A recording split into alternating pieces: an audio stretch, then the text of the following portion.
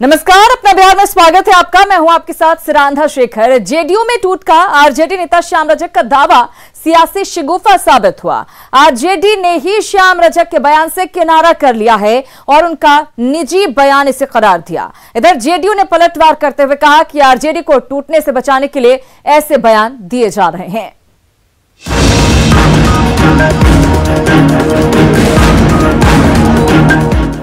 अरुणाचल प्रदेश में हुई टूट से अभी जेडीयू नेता उबरे भी नहीं थे कि आरजेडी नेता श्याम रजक ने 17 जेडीयू विधायकों के संपर्क में होने का दावा कर बिहार की राजनीति को गरमा दिया। जनता दल के 17 एमएलए राष्ट्रीय जनता दल के संपर्क में हैं और वो आतुर हैं जनता दल छोड़ने के लिए। श्याम रजक के दावे के बाद जेडीयू नेता हमलावर हो गए। जेडीयू नेताओं ने कहा कि आरजेडी में होने वाली टूट को रोकने के लिए आरजेडी नेता ऐसे बयान दे रहे हैं कि दावा करने वाले श्याम रजक भले ही ये कहते हैं कि 17 विधायक उनके संपर्क में है, दरअसल वो अपनी पार्टी के विधायकों को पहले संभाले जो तेजस्वी यादव की कार्यशैली से खासे परेशान है और नाराज है। नहीं, खरमास के बाद राष्ट्रीय जनता दल के 3 दर्जन विधायक टूटने के कगार पर हैं।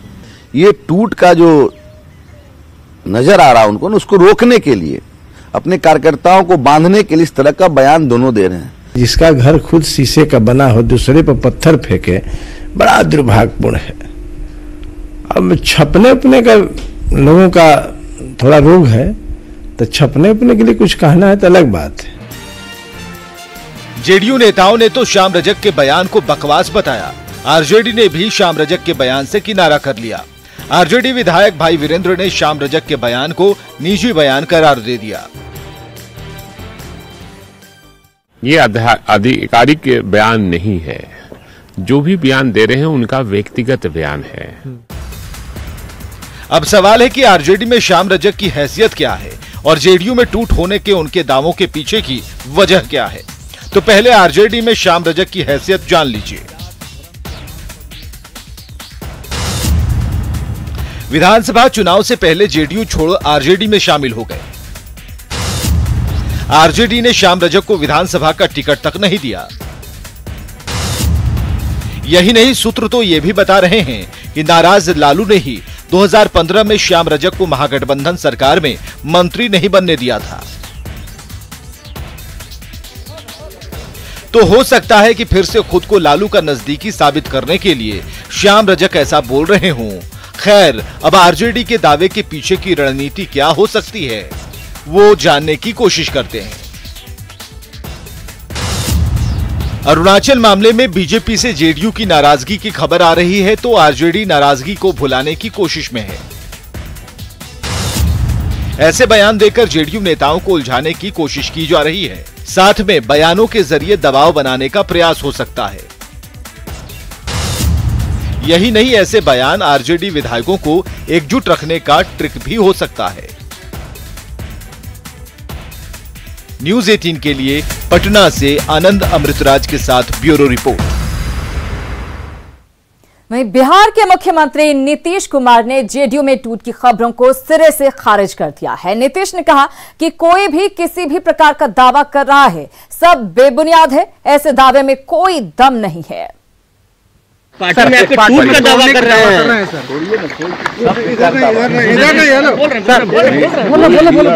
किसी भी प्रकार का दावा कर रहा है, सब बेबुनियाद है, उसमें कोई दम नहीं।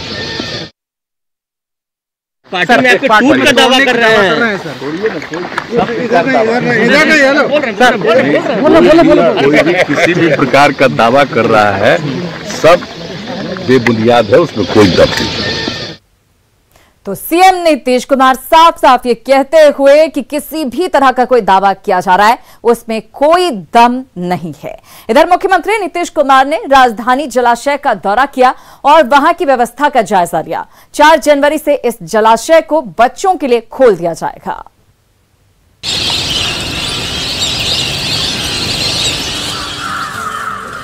आसमान में चिड़ियों की ये चहचहाहट ना तो किसी दूर दराज इलाके की है और ना किसी दूर देश की। ये नजारा बिहार की राजधानी पटना का है, जिसका लुत्फ 4 जनवरी से बिहार के बच्चे ले पाएंगे। नई पीढ़ी को प्रकृति के बारे में पूरा एहसास होना चाहिए।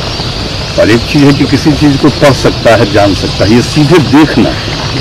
तो देखने का कितना व्यापक असर होता है मन पर, तो इसी दृष्टिकोण से हम लोग ये चाहते हैं।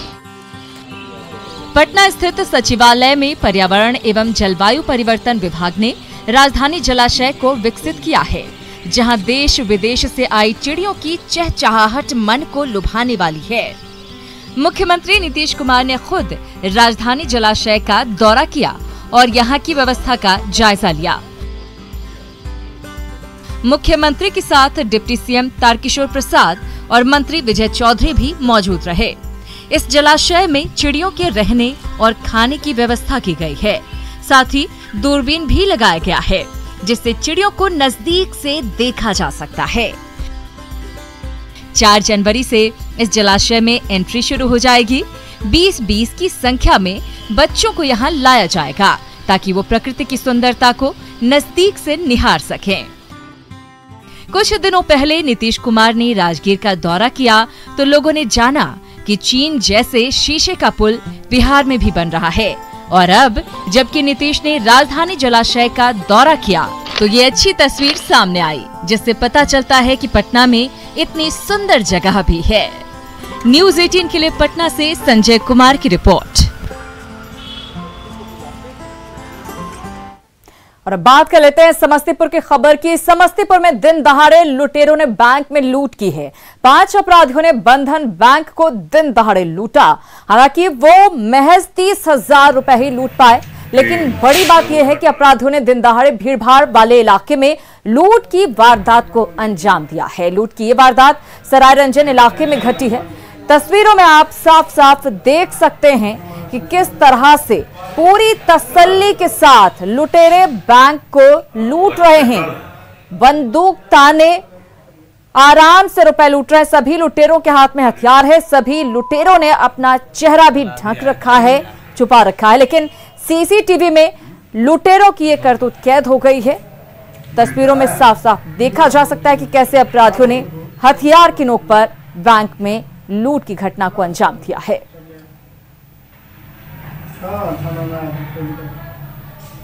ये 2 तस्वीरें आपके सामने आप देख सकते हैं किस तरह से गेट से अंदर प्रवेश करते हैं ये बदमाश।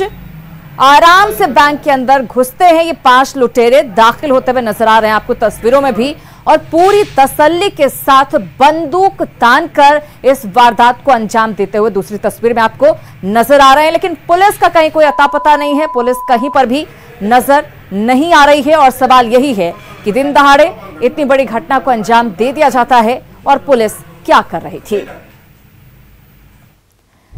अब सवाल है कि लूट की वारदात के वक्त पुलिस कहां थी।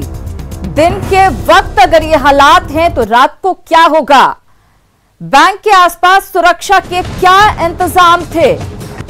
क्या कोई इंतजाम नहीं होता सुरक्षा को लेकर। क्या बैंकों की सुरक्षा भगवान भरोसे है। लोग यही समझकर चलें कि हमें खुद ही अपनी निगरानी करनी होगी, हमें खुद ही अपनी सुरक्षा करनी होगी, बाकी सब भगवान भरोसे।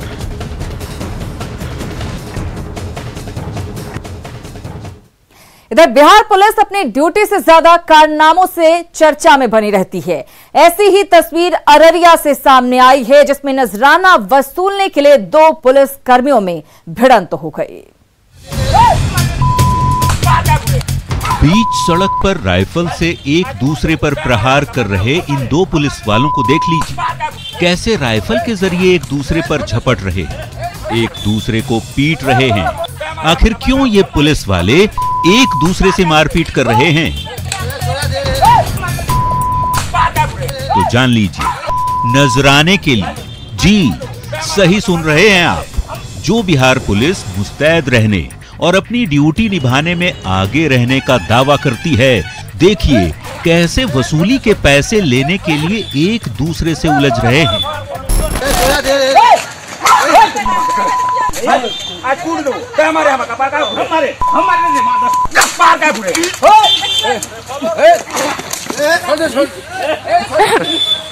अररिया के जोगबनी थाना क्षेत्र में पुलिस कर्मियों की मारपीट का ये वीडियो इन दिनों खूब वायरल हो रहा है। जिन पुलिस कर्मियों को सड़क पर वाहनों की चेकिंग का जिम्मा सौंपा जाता है, क्या वो ऐसे ही ड्यूटी करते हैं? क्या पैसे लेकर गाड़ियों को बेरोक टोक यूं ही जाने दिया जाता है?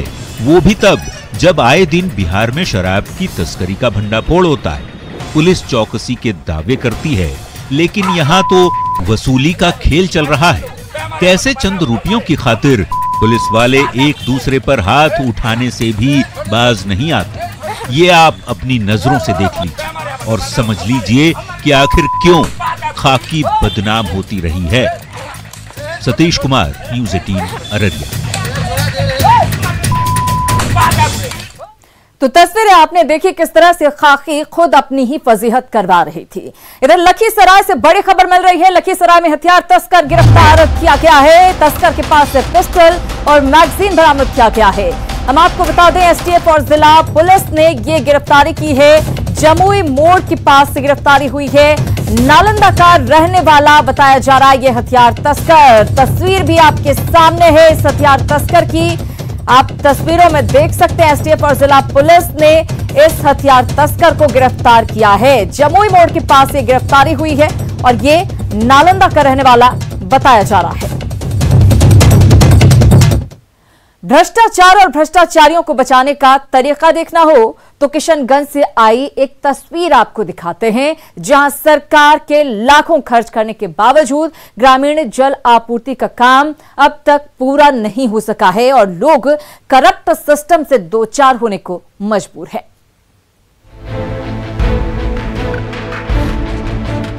मुख्यमंत्री की महत्वाकांक्षी योजना है हर घर नल जल, लेकिन इस योजना को सरकारी महकमा किस कदर चूना लगा रहा है, इसकी बानगी किशनगंज में देखी जा सकती है।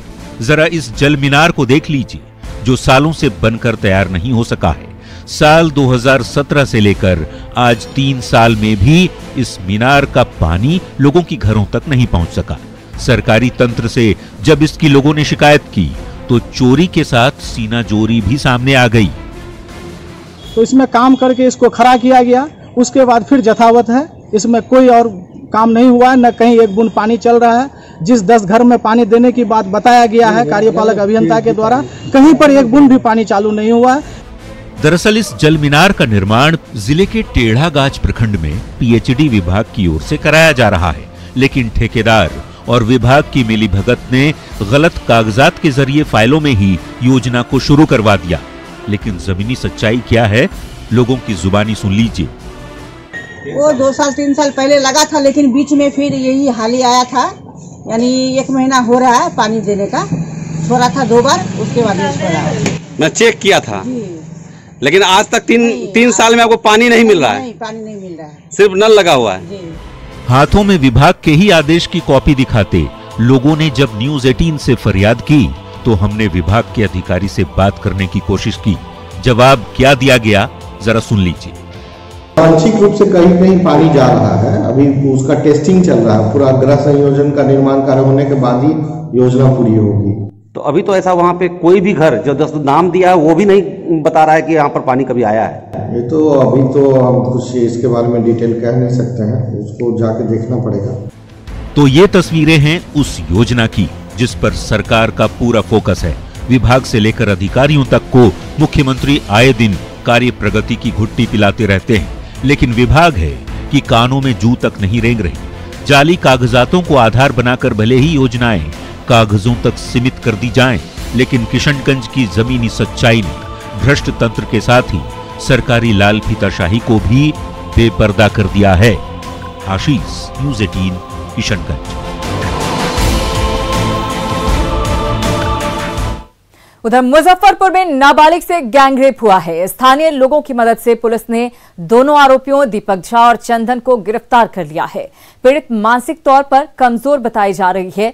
स्थानीय लोगों के मुताबिक आरोपी चंदन पीड़ित को उसके घर से बुलाकर ले गया और अपने घर ले गया, जहां उसने और दीपक झा ने उसके साथ रेप किया। इस मामले में चंदन की पत्नी को भी हिरासत में लिया गया है। फिलहाल पुलिस मामले की छानबीन कर रही है। क्षेत्र का कांड है, पीड़िता के साथ बलात्कार की घटना तारीफ की गई है। और अभी चिकित्सीय जांच करवाई गई है और आगे क्या आवश्यक कार्रवाई की जा रही है। इधर जूनियर डॉक्टरों की हड़ताल की वजह से मरीजों की परेशानी दिनों दिन बढ़ती जा रही है और इलाज के लिए दर दर उन्हें भटकना पड़ रहा है। फिर भी जूनियर डॉक्टर झुकने को तैयार नहीं। पीएमसीएच की संवेदनहीनता आपको दिखा रहे हैं। देखिए ये तस्वीर, इमरजेंसी वार्ड के सामने एक परिजन अपने मां को किस तरह से गोद में उठाकर ले जा रहे हैं और निश्चित रूप से एक बड़ा सवाल है। तो देखा आपने, ये साइड इफेक्ट है जूनियर डॉक्टरों की हड़ताल का। हड़ताल की वजह से पीएमसीएच की व्यवस्था चरमरा सी गई है। इलाज और बेड तो छोड़िए, मरीजों को स्ट्रेचर तक नहीं मिल पा रहा है। ये तस्वीर देखिए, कहां से आए हैं? हम लोग हरनौत से, नालंदा जिला से। कौन है ये मेरी माँ। अच्छा, क्या हुआ आप इनको आईसीयू में एडमिट करना है, लेकिन डॉक्टर नहीं रहने कारण यहाँ हम लोग मर रहे हैं। कब से भटक रहे हैं? 28 तारीख से। नालंदा के गोविंदा अपनी मां को गोद में उठाए आईसीयू से लेकर कंट्रोल रूम और टाटा वार्ड तक भटकते रहे, लेकिन कोई सुनने वाला नहीं था, क्योंकि धरती के भगवान हड़ताल पर है। यहाँ का डॉक्टर कहते हैं आईसीयू में ले जाने के लिए, आईसीयू में कहते हैं कंट्रोल रूम में जाइए। कंट्रोल रूम कहता है कि हम क्या करें, कुछ डॉक्टर ही नहीं है। यहाँ का डॉक्टर कहना है कि पल पल मर रही हैं, इनको जितना जल्दी आईसीयू में एडमिट करवाइए। रेणु देवी को आईसीयू की तुरंत जरूरत है, क्योंकि ऑक्सीजन लेवल 30% से भी नीचे पहुंच चुका है, लेकिन इनकी सुने कौन, हड़ताल जो है।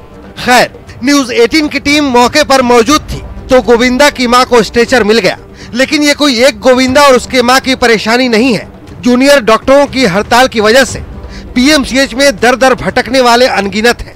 हड़ताल की वजह से अब तक पीएमसीएच में 11 मरीजों की मौत हो चुकी है। 400 से ज्यादा मरीज पलायन कर चुके हैं। इमरजेंसी में चंद मरीजों का इलाज भी हो रहा है, तो वो भी भगवान भरोसे, लेकिन जूनियर डॉक्टर हैं कि अपनी जिद पर अड़े हैं। फिलहाल पीएमसीएच के 600 डॉक्टर हड़ताल पर हैं, जबकि पूरे राज्य में 9 मेडिकल कॉलेजों के 1300 जूनियर डॉक्टर हड़ताल पर हैं और इनका कहना है कि जब तक मांगे नहीं पूरी हो जाती वो हड़ताल खत्म नहीं करेंगे। अब हम लोग को चाह रहे हैं कि हम लोग अपने वाजिब हक के लिए कार्य बहिष्कार भी ना कर सके, इसके लिए वो लोग तरह तरह की धमकी दिया जा रहा है उन लोगों से।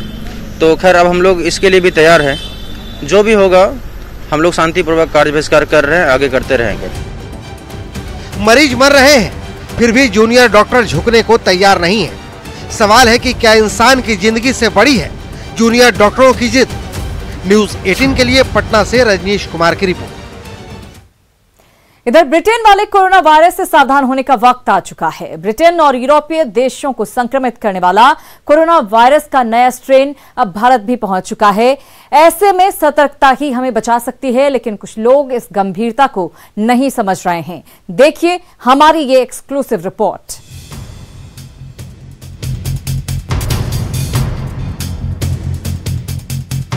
पटना का रेलवे जंक्शन, जहां हजारों लोगों का आना जाना होता है। नए साल के दस्तक से पहले ब्रिटेन वाले कोरोना ने फिर सबके कान खड़े कर दिए हैं। ऐसे में न्यूज 18 की टीम ने मास्क को लेकर लोगों की संजीदगी का रियलिटी टेस्ट किया। यहाँ मास्क नहीं लगाने वाले चेहरे ज्यादा दिखे। मास्क नहीं लगाने के पीछे जो लोगों का तर्क था, उसे सुनेंगे तो आप भी दांतों तले उंगली दबा लेंगे। लगाइएगा? नहीं लगाएंगे हम। नहीं। डर नहीं लगता है? नहीं, हम नहीं लगाएंगे। ये कोरोना पॉजिटिव लाया कौन है?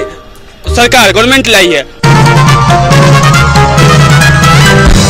मास्क आप नहीं लगाएंगे, यही बताना है ना? मास्क क्यों लगाएंगे? नहीं लगाएंगे। जब मरना होगा ऐसे भी मरना है, ऐसे भी मरना है।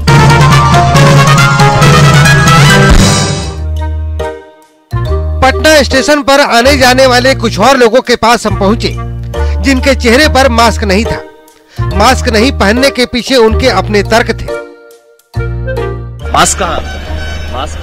मास्क है। कोरोना खत्म हो गया? कोरोना कहाँ से? कोरोना कहाँ है? कोरोना कहाँ है? कोरोना नहीं है खत्म। तो डर नहीं होगा आपको? कौन सी का डर रहेगा? ब्रिटेन में एक नया वायरस मिला है स्ट्रेन। वायरस तो ऐसे आते रहता है। कुछ होगा नहीं आपको? कौन सी होगा?